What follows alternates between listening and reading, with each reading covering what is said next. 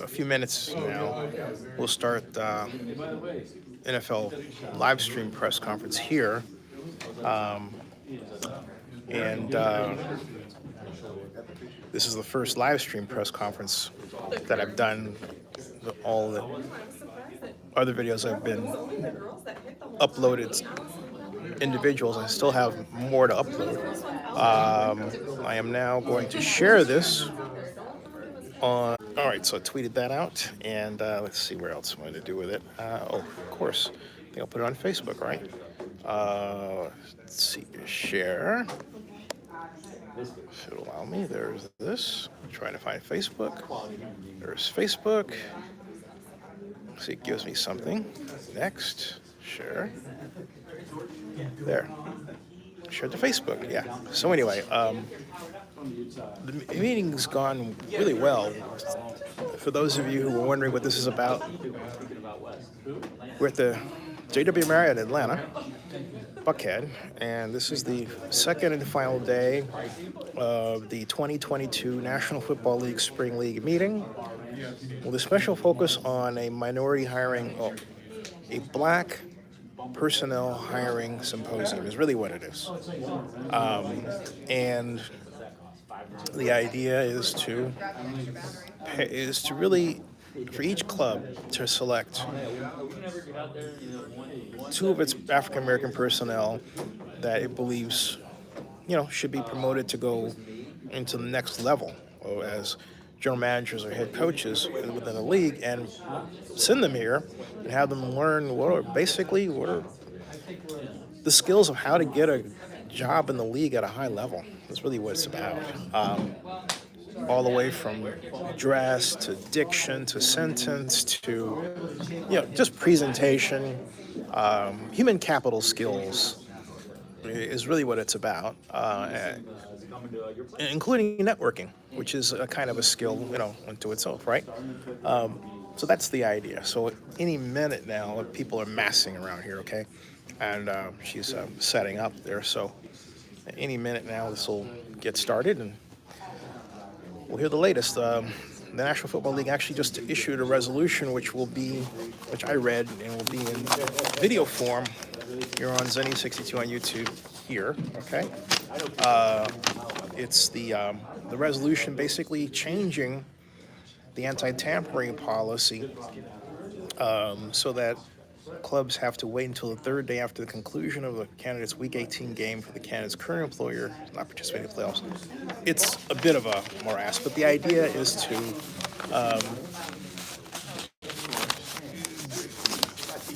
ostensibly lead to the promotion of hiring more black coaches. It's all part of it. Let me see if I can send this out some other places. Hold on a second while I'm doing this. Let's see here. Share. Messages. I'm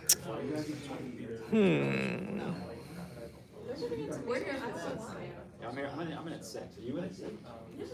Okay. And where else am I going here with this? Share. Messages. But I don't have anything on the late. Do you? Okay. All right. And others. All right. So there's only a handful of media here compared to past events. And overall, the media footprint is really dramatically shrunk. Most of those cameras behind me are either NFL Network or ESPN. I'm the only person doing whatever you want to call this doggone thing, but live stream. And it's been great interaction with owners. I've talked with a number of people. I have some news regarding the Chiefs Stadium, by the way, issue. Yeah, Kansas City Chiefs Stadium. And as I understand it from my source, it's a very good source, I can't name who that is, but my source says that they have a 9-year lease, 9 years on the remaining on their lease, and that they're trying to decide whether to extend the lease at that facility or just build a whole new one. There are some structural issues with the current facility that leave one to question if it's appropriate to believe that the Chiefs can expect to play in it for another 30 years, right? So that's a big issue out there. Big issue.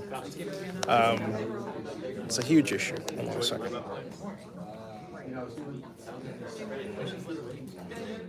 It's funny because I've been more tired than I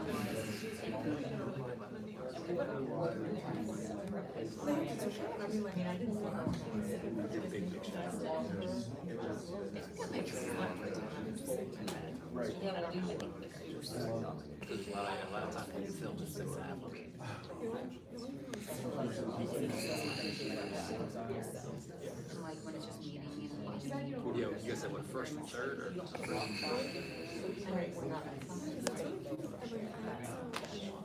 All the games they can play. No, it doesn't. Let's see, I'm putting these out to different areas. Let's see here. Oh, one other thing to do. That was the other thing to do. Hold on a second. One more thing to do. Share.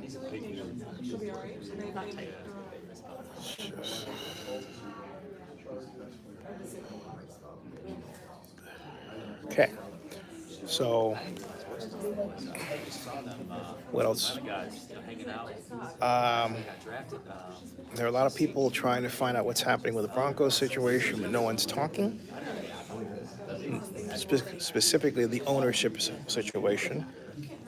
There's a feeling among some of the media that Walmart here is going to be the person that winds up owning the Broncos, and that Byron Allen doesn't have enough money to afford it on his own, but he can do it with the team. So, I would never discount Byron Allen on this sort of thing. Byron is he's too eager to prove everybody wrong. He'll figure out a way to do it. He will. Regarding the minority hiring situation and my talk with Jonathan Bean, who is the head of diversity for the league, another video which I will put up, got a lot of videos, and he said that there is an eye toward constancy with this. In other words, it's not a one-off. Okay. So.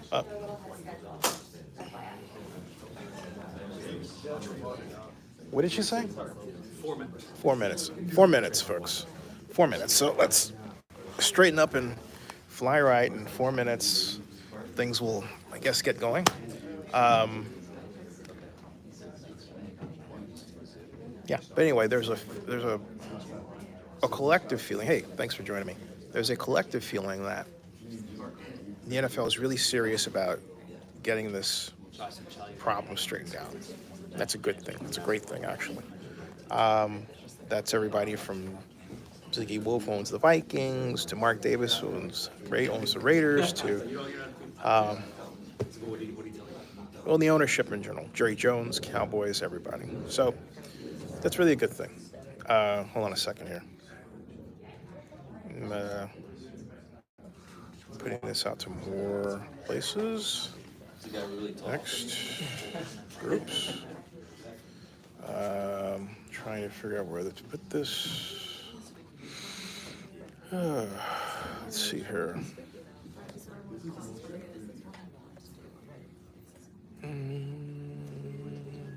So many places this can go.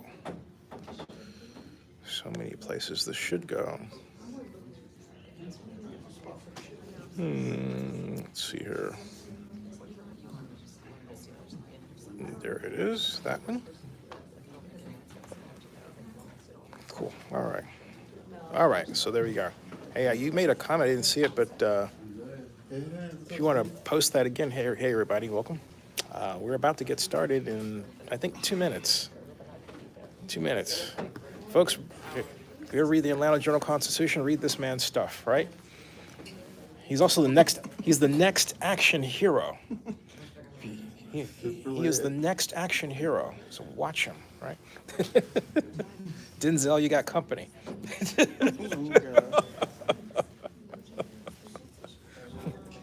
He might even be the last action hero. Right? Are you the last action hero? Don't believe so. He's not. Yeah. He's Mr. Martyr. He says he's a Falcons fan. So if you're a Falcons fan, you know this guy. I'm not So. a Falcons fan. No, he is the guy that was. Oh, It was a okay. live stream. Okay. Yeah, that guy fan is. My fan recognized. He Okay. recognizes me. So Okay. yeah. So you're recognized. So there you go. Cover the team. There you go. Yeah. There you go. So, all right. So we are almost there. Let me try that way. And any second now, I think we will have some action, as it were. Just don't know when.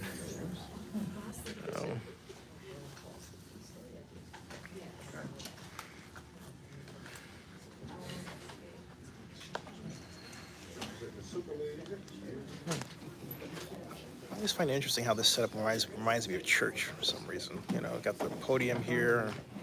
Preacher is going to be over there, I guess. I don't know. What's that?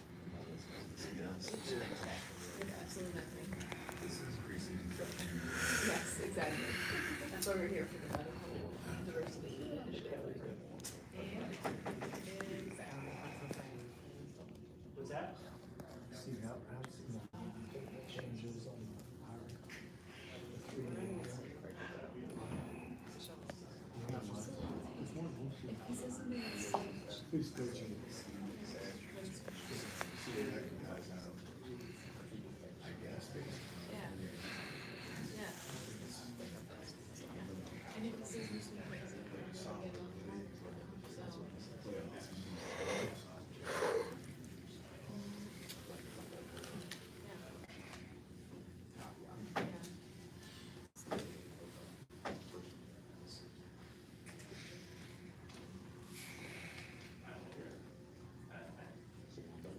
Sit down and be quiet.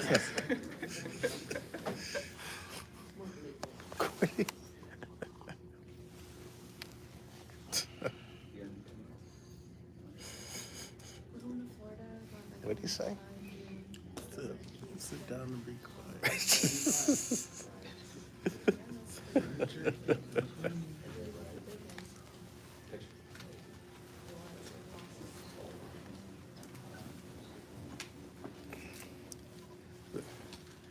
The troops are massing, folks. See? Ta-da. There. So, this.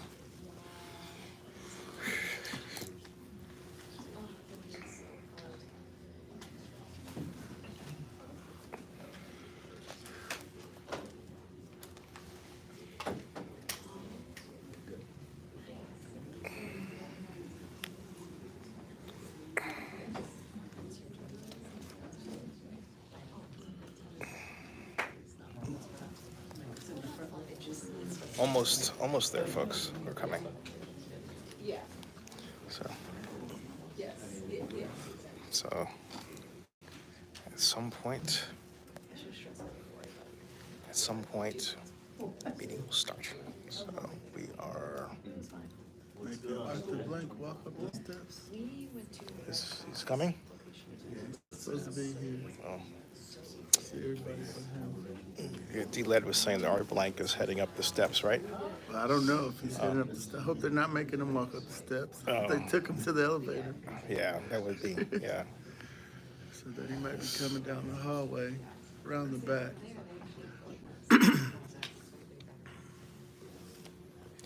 Well, moments, folks.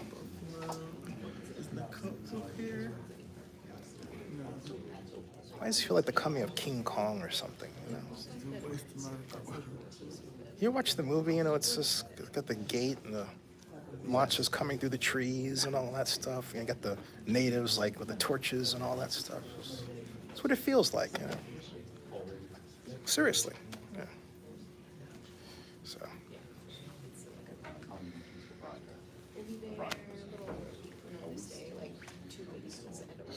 All right.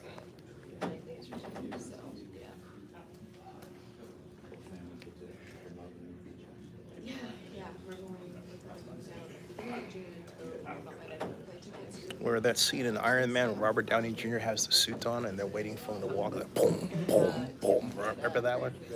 Yeah. And the guy yells, "Da da da!" You know.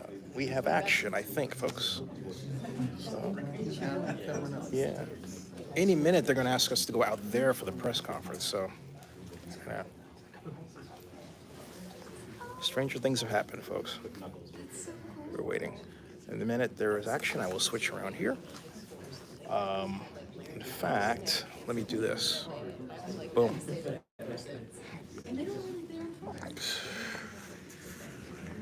So, nope.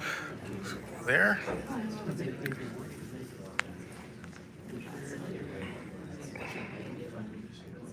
think they come here right before, right after. It's normally always like just stop right before or after.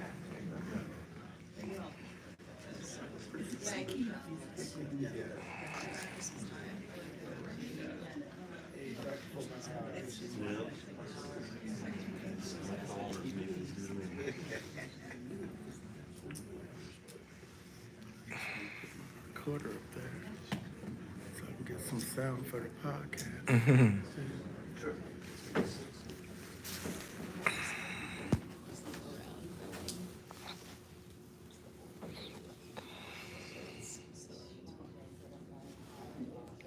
So I'm waiting, he's waiting, and they're waiting. And here we are.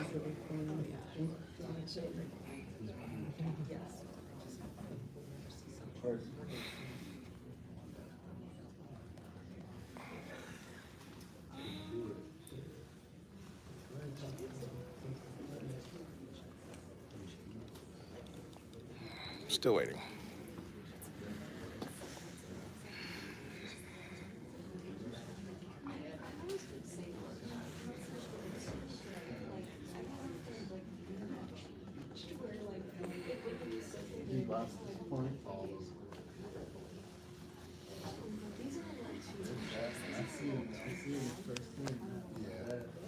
Sorry for the delay, folks.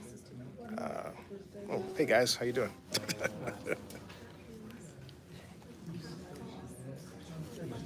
We are still waiting. We're still waiting. Oh, we're going. Here we go. All right, cool. All right, Dee, if you can take a seat, we're going to begin. We'll begin with Jonathan Bean, who will make the introductions. Yes, sir. We'll hear comments from each of our participants. Then we'll open it up to questions. We do have handheld mics on the sides. With that, here's Jonathan.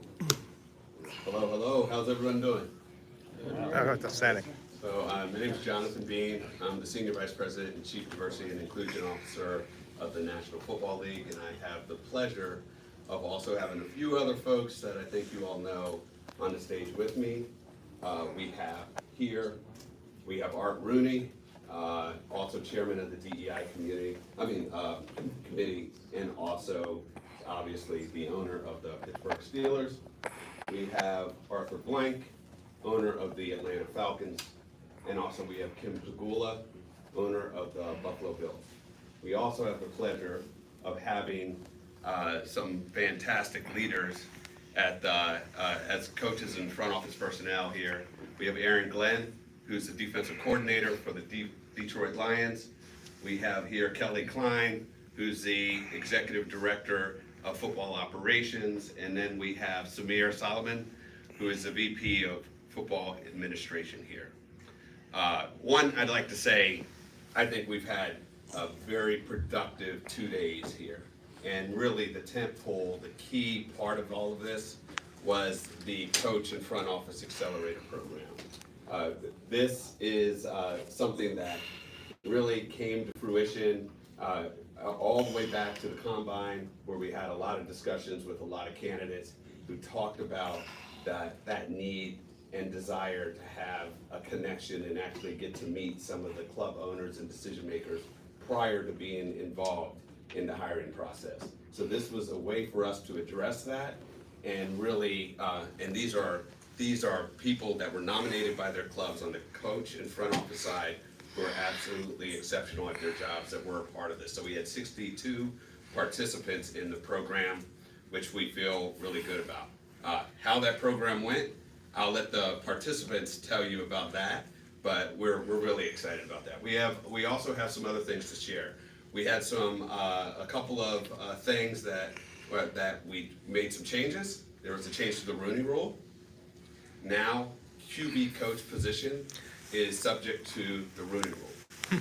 And it requires one external minority or female candidate for QB coach positions. So now, it's not only head coach, general manager, and coordinator positions, but also the QB coach position. The other is Resolution DC2, and that involves two things. One is wanted to make sure that we give additional time for candidates that are interviewing for head coach positions, more time to prepare. So there is a timeline which basically prevents a candidate from interviewing for a head coach position until a number of days. And so that is part of the resolution. The other piece is we want to slow down the in-person hiring process. So the DEI committee also has put together that all in-person hiring will occur after the wildcard game. With that said, I'll pass it over to Chairman Rooney. Good afternoon. Let me just start by saying that we're happy that we were able to invite this group of men and women to join the accelerator program the last couple of days. It's been, I think, a good process. Obviously, we're going to leave the door open for critique in the future in terms of how we can do this better. But I think the feedback we've gotten so far has been very, very positive, and a great opportunity, I think, for all of us on the ownership side to meet a great group of people that are candidates for leadership in our league in the future. And so something that I think we can build on, and something that we tried to do it a little different way this time, and so the early reaction has been very good. But it's been a good couple of days, and anxious to hear what some of the participants have to say here. I think next Arthur Blank's going to make a couple comments. Arthur. Thank you, Mr. Chairman. Good afternoon as well. I had an opportunity to address the group yesterday morning, and it was early for me, but not for them. I mean, they were up bright-eyed and ready to go, and all 62 were paying attention, and I had an opportunity today to spend some time during lunch to visit with some. You'll hear from a couple in a few minutes, but my observations are this is a wonderful stepping stone. Relationships matter in life. We certainly found that out during the pandemic, and relationships are important in terms of hiring practices as we get to know people, get more familiar with them and their backgrounds. And so it's been a learning experience really both ways. We get to know the candidates better, they get to know us better, we develop mutual relationships. They can follow up with calls and whatever about what's going on in your business, what's going on in your club. Tell them again about why you did this at this point in your life, and reflects more on that. So it gives us a unique opportunity to develop those personal relationships that often when you're hiring, you look at expertise and background experience. Sometimes it looks fairly equal. Once you get people together in front of you and you have an opportunity to get to know them, becomes special. So I think the reaction I've seen so far has been really excellent. You'll hear from men and ladies in a minute. But from an owner standpoint, it's a great investment of time, and I would be strongly supportive of seeing us continue to do this, and to do it in a way. The only comment that I got from a number of the participants was that, can we spend more personal time with the ownership? So, we did some speed dating and had some other opportunities to visit, but I would say, more relaxed time where they can sit and talk and work lens with the owners, I think would be helpful. But it's a great program, it's a great start, along with everything else that the DEI committee is doing. So, thank you for your coverage and being here today, appreciate it. Yeah. Thank you. From a personal standpoint, this meant a lot because, we're not in the process of hiring a coach. It's been a few years, but there were so many men and women that I did not know that were a part of our league, part of the leadership of the future of our league and of our clubs. And so for an opportunity for myself and my husband Terry to actually meet, and one of the things that I found the most amazing was really that we had a lot in common, that, you know, you think, you know, owners are up there and coaches and potential other, you know, personnel candidates, you know, you're on a different level, but we really are not. And there were so many common things that I found among many of the people that I got a chance to meet on a personal level that just really, you know, just brought home to me how important the accelerated program is and how important DI initiatives that we're doing here at the league, and it really bodes well for the future of the league. So now, I'm sure you all are eager to get the perspective of the people that actually went through the program, so wanted to certainly provide that opportunity. So we'll start with Aaron Glenn. Good afternoon. I'm try to be brief. This event was outstanding. And I'm gonna start out with getting a chance to see Mr. Rooney, Mr. Blank, Mr. Lure. And you know what? Not a lot of differences. Only if their bank account's bigger than mine. Other than that, not a lot of differences. And that was important to all of us that standing there, just to get a chance to have that face-to-face conversation with the owners and understand that. Other thing, I got a chance to not meet, but actually see Frank Wright, who was a former teammate of mine, and just see him speak passionately about being a head coach. It was important for all of us that are trying to be head coaches to see that. And lastly, the participants, get a chance to meet with those guys. And you know what?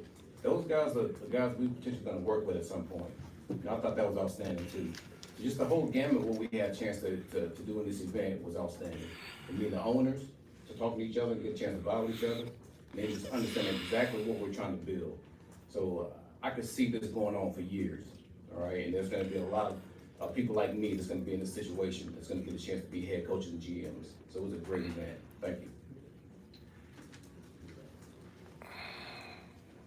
Okay, yeah, first of all, I just want to thank all of the owners, the NFL, all of our peers too for coming out for this. I know everyone's busy. It's been an unbelievable event.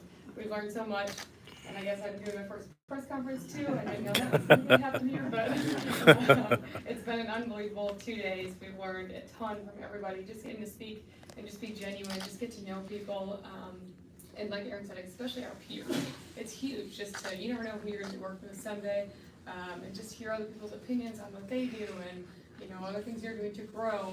It's been really great. And I think one of the big messages we can all take away from this is be authentic, you know, and just be open to learn as much as you can.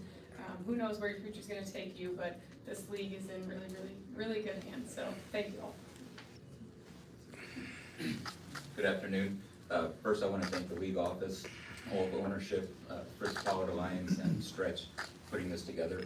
Just tremendous opportunity for someone myself. I'm a veteran of the league since '97, but really other than the owners I've worked for and brief encounters at league meetings or before games, really didn't get a chance to have one-on-one time to meet other owners. You really don't get a chance to do that. So everybody involved, I think they were willing, I think they were engaged, and they're very approachable.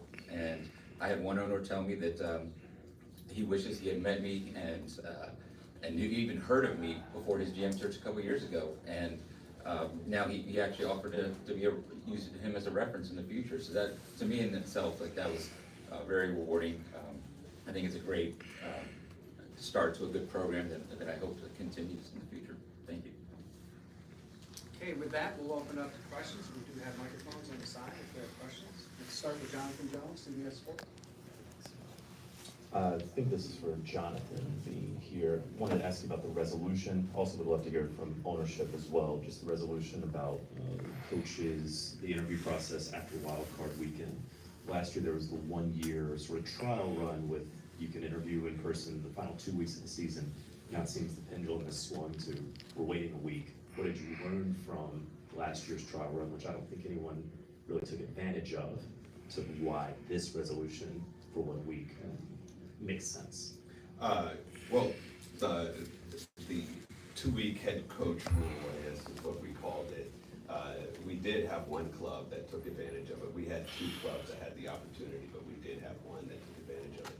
That is a one-year term, which could term out, assuming if ownership decides whether to renew that resolution or not. With this one, I want to make it clear that with general managers, there's no change to anything at all.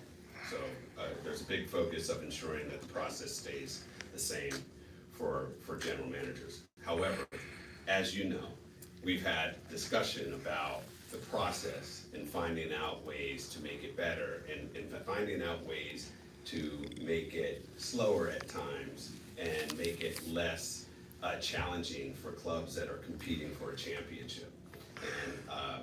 And this was a way for us, the first one being the fact that you have to wait 3 days to interview a candidate.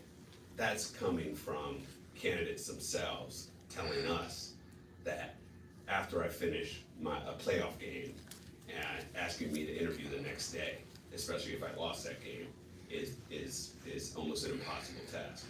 So we're addressing that and making sure that we're listening to the candidates themselves. And also as it pertains to the hiring, what we wanted to do is slow down the process in terms of in-person hiring, not slow down the actual process, because of course you can interview virtually. We do believe that if we wait until after the season, after the wild card game, where then you have a lot more clubs whose season is over, that then in-person interviews will just be more efficient for the league as a whole. So that was, and Chairman Ridley, please add on to that.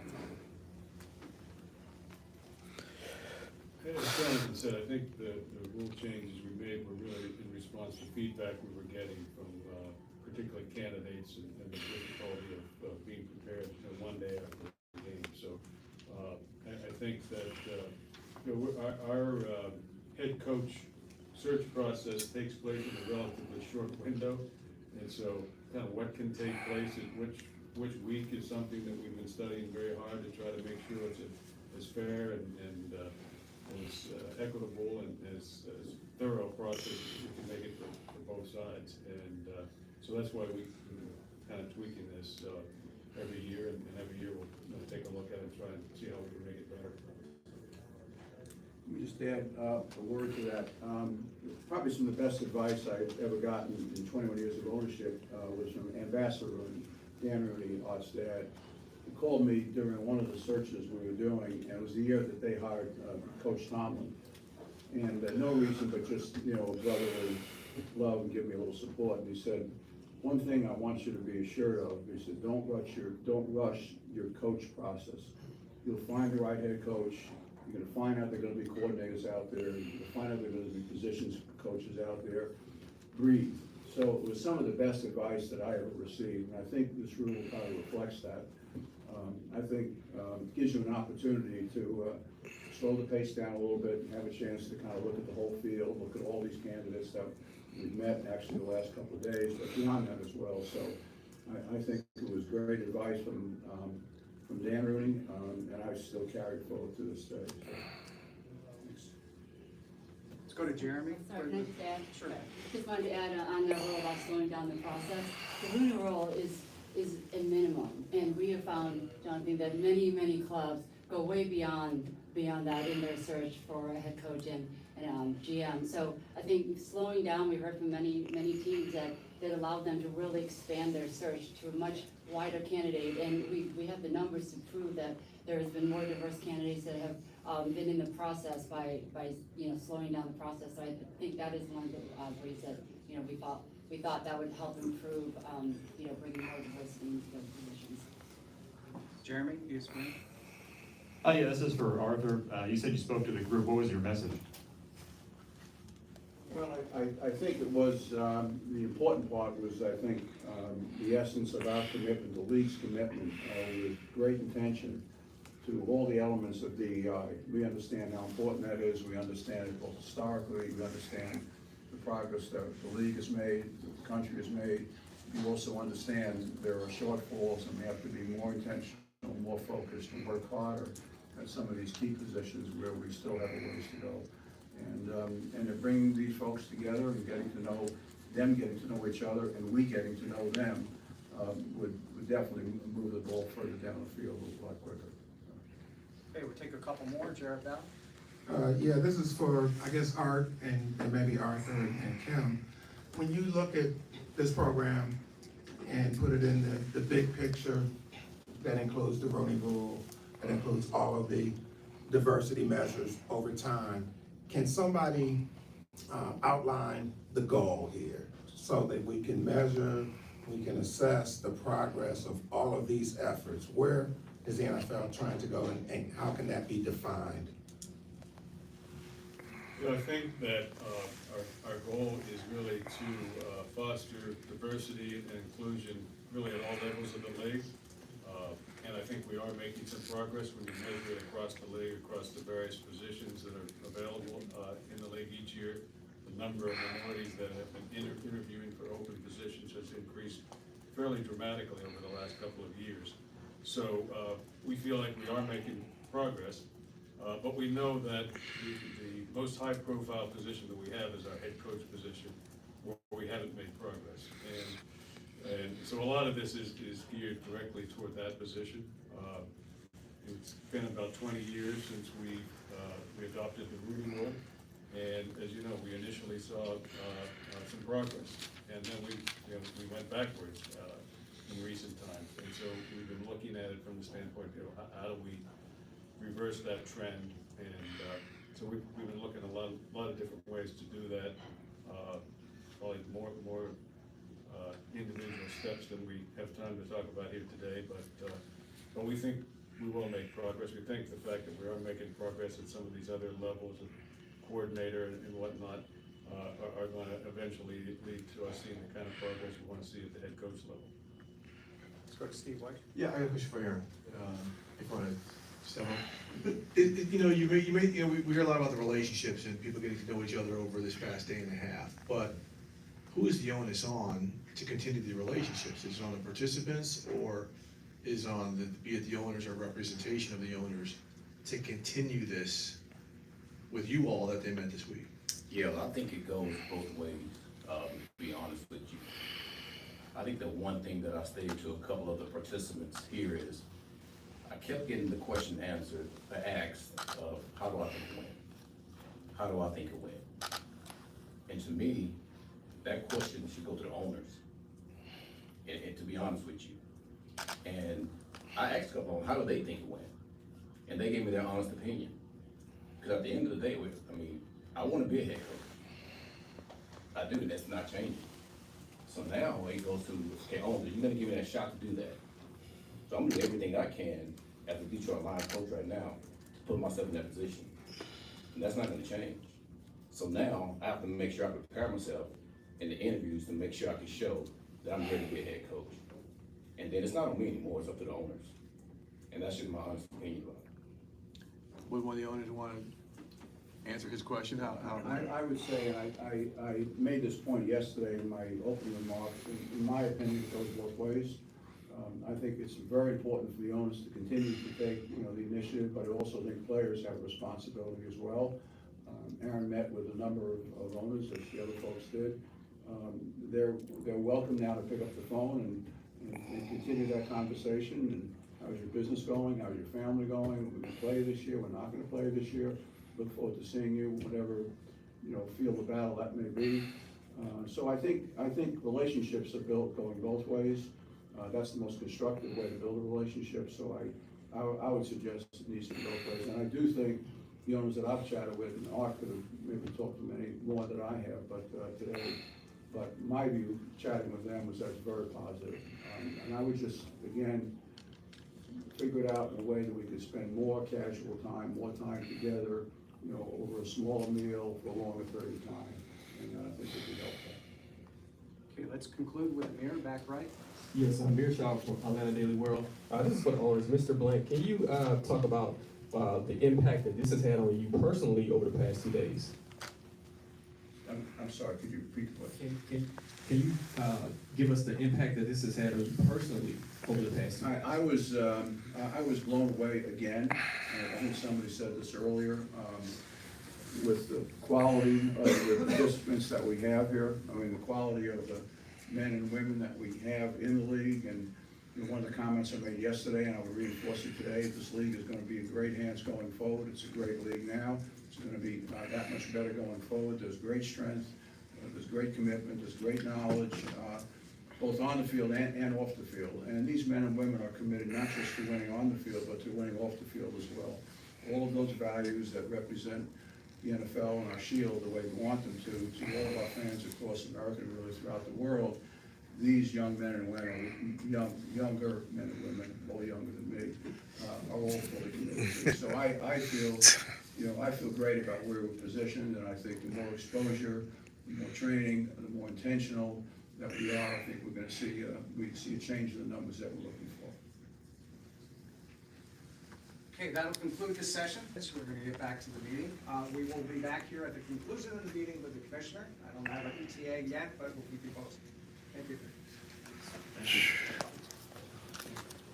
So that concludes this press conference on the symposium, which really was quite successful. And I'll be back with more. Subscribe to Zenny62 and bookmark